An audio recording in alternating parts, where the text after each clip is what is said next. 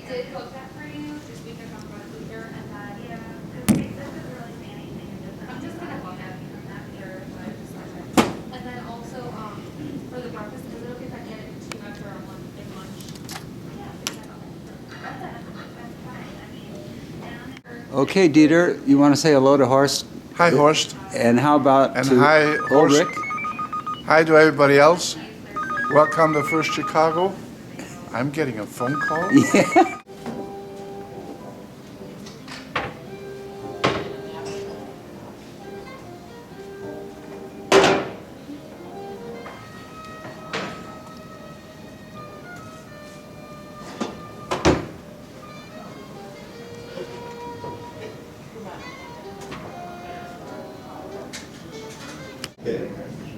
One more, great guys.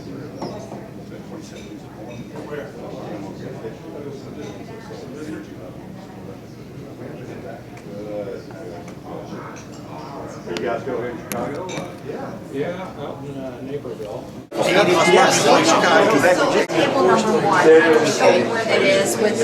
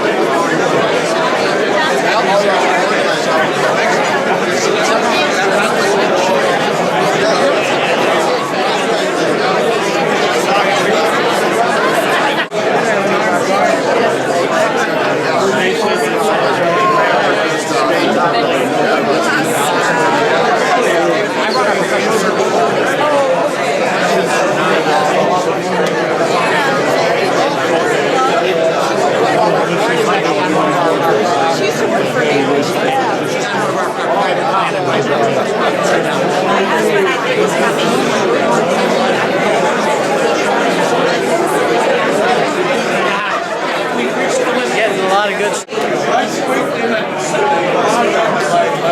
Michael, you look very official here today. Thank you. Well, I don't get dressed up often. So. Yeah. You can't clean up, huh?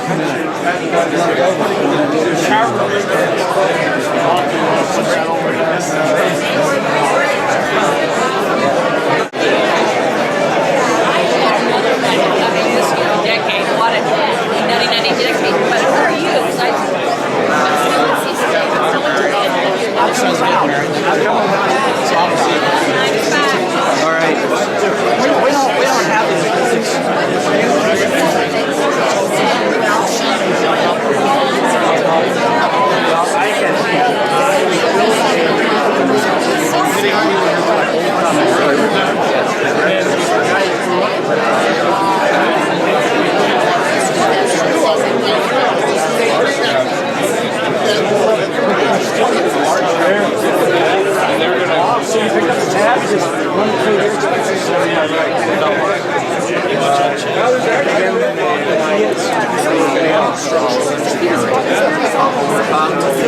Photographs. I gotta hold my stomach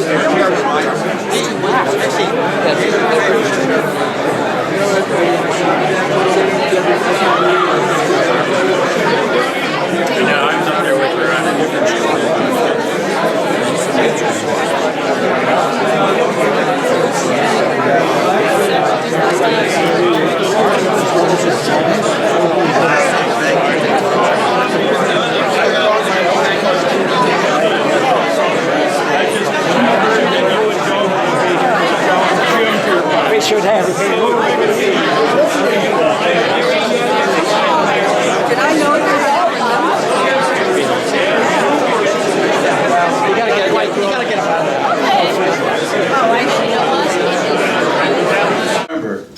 This was our bank, and still is, and we're happy to be back here in our alma mater.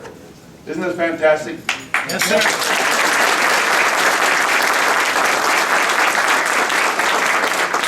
Now, you probably are thinking, I'm the host. I was one of the spark plugs behind this, okay? But our host is Doug Regan. Doug, would you please stand up, please?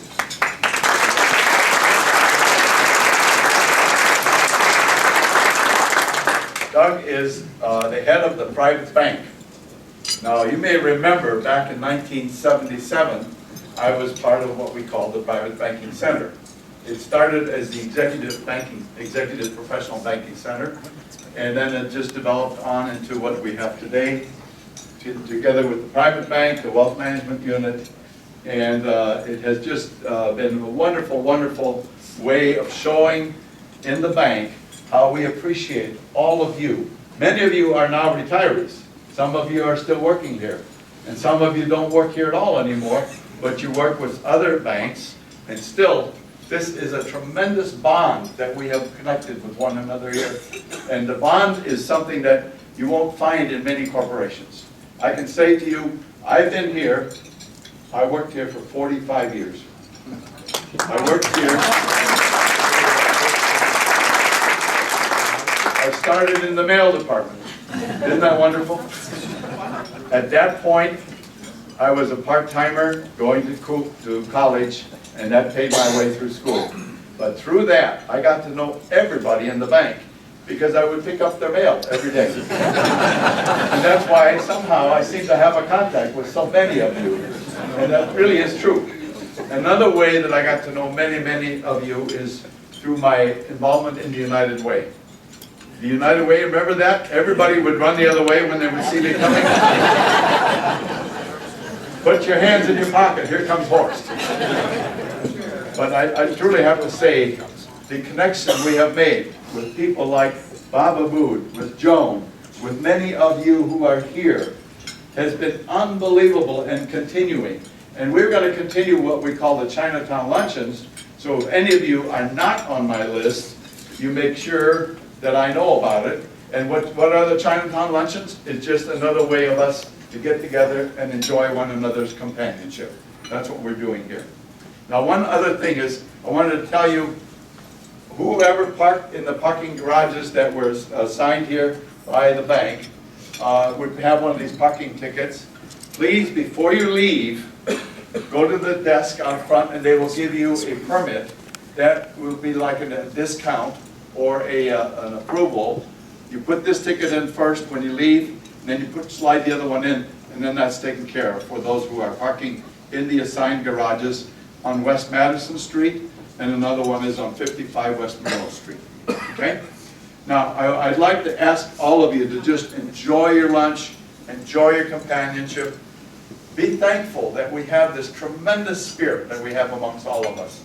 This is not something that happens every day in major corporations. But truly, I want to tell you, after we've eaten, we're going to have a small program. Doug will come up here, and then we will see some of the history reflections of the 150th anniversary of this bank. And I know that you'll enjoy some of this, but truly it is a wonderful, wonderful thing to see so many of you here. I know, I'd say 95% of you who are here. Some of you who may not know me have heard of my name, I know that. And, because you did, you're here, right? Anyway, enjoy your lunch, and thank you so much. You know, it's an honor to be up here as a member of the family, and you are the family, as Horst has indicated, and I just wanted to say thank you to each and every one of you for what you've done over so many years. You made the tradition, and tradition, I think, is the operative word. I really want to thank Doug Regan and Francie Harrington. You know, this is coming out of their budget.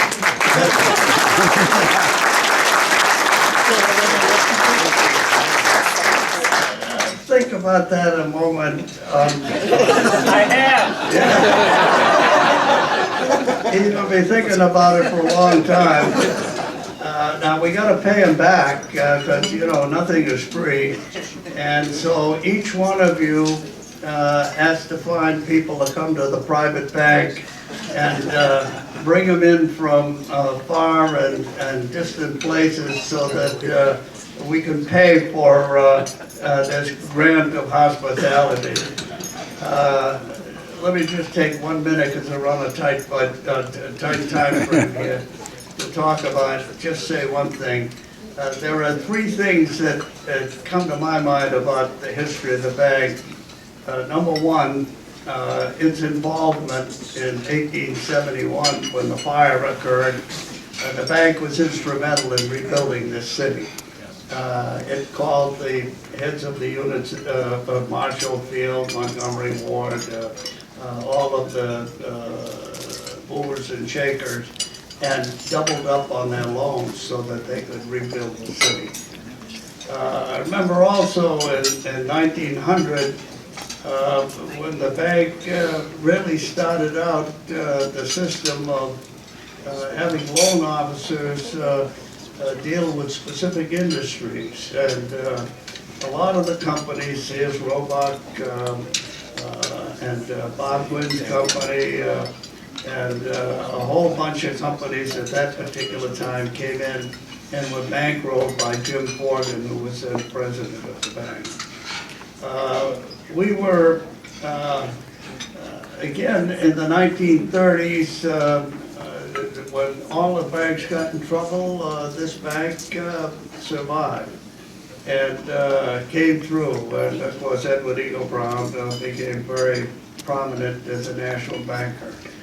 And I want to say that our relationship with Chase goes back a long way. David Rockefeller was a great friend of Homer Livingston.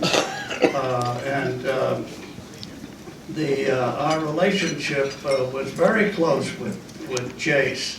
I remember I traveled abroad with David during the 1970s, and he was a great inspiration and a mentor to me.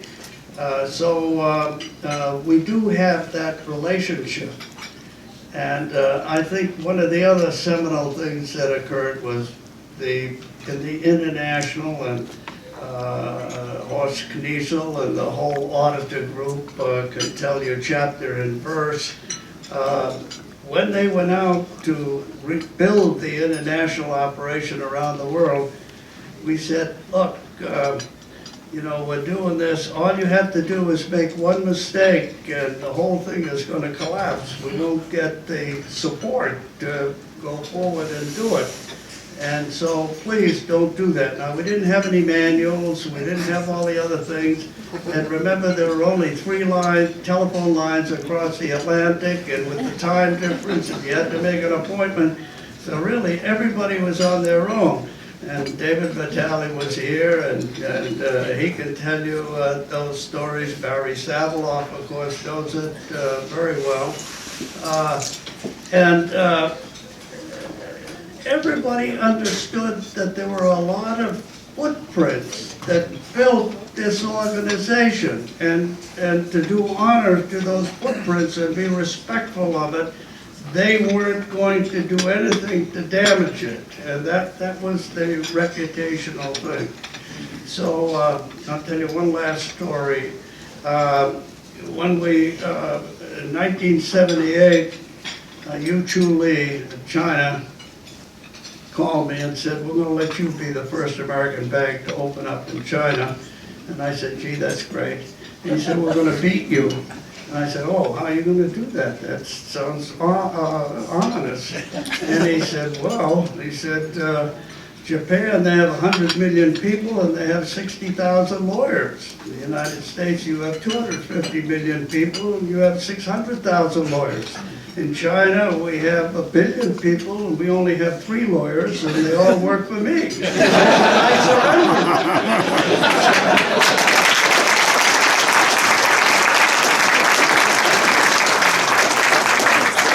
And spend your money know where I'm going with this, right? This is a smart crowd, I got it. Okay, you are warmly welcome here.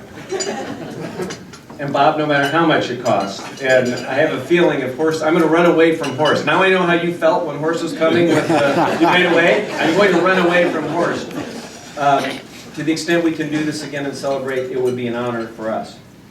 And it's important. Please, many of you we work for. Thank you. There are those that may be considering coming home. You are warmly welcome. And I promise you, you will be well tended and you will have interesting, innovative ideas presented to you on a regular basis. And you all have friends and feel comfortable telling your friends about what we do.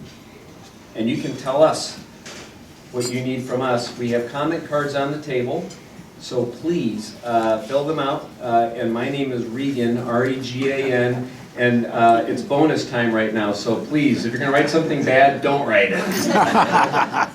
So please, let us know what's on your mind. If you'd like to hear from us, we'd love to hear from you and would love the opportunity to spend time with you. So to all of you, welcome home. We are sincerely glad you're here. And I am going to ask the woman who started this whole process in place and started by elegantly twisting my arm to please come up. You all know Francie Harrington. Thank you.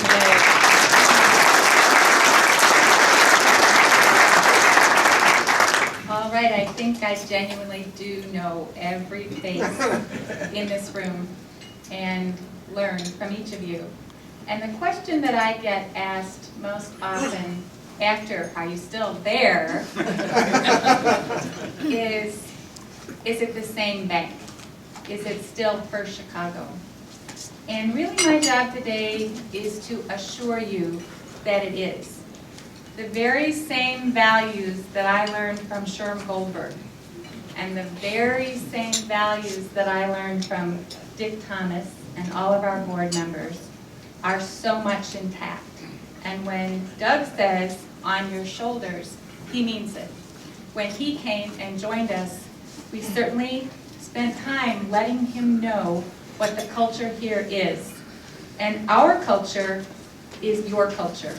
It is the culture that you gave us and taught us and showed us the way. And I remember many early morning calls from Dick Thomas about 7 o'clock in the morning if something wasn't perfect for the client. And that's because in your culture, it was about the customer, it was about the client, it was about the community. And the other question people ask me often is, well, what about the community? Are we still as engaged? Are we still as generous? Are we providing leadership? That's the other thing that we can 100 and maybe 10% assure you of. There's a brief brochure at the table for all of you that provides a little snapshot of what we're doing. But we're very focused and generous among the largest corporate givers, among the national corporations, and certainly in Chicago. So we support schools, David Vitale. We support affordable housing. We support jobs and workforce development and economic development and arts and culture. So yes, absolutely, we are as committed and as engaged in providing energetic young leaders. And several of them were key to today.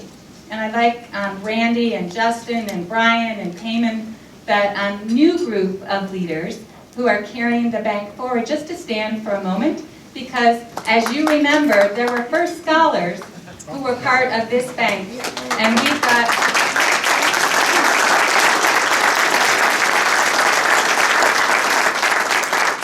a very large group of very talented, young, bright people who are committed to, again, the client and the community, our shareholders, our customers, and to all of you as, again, the people that we stand on your shoulders.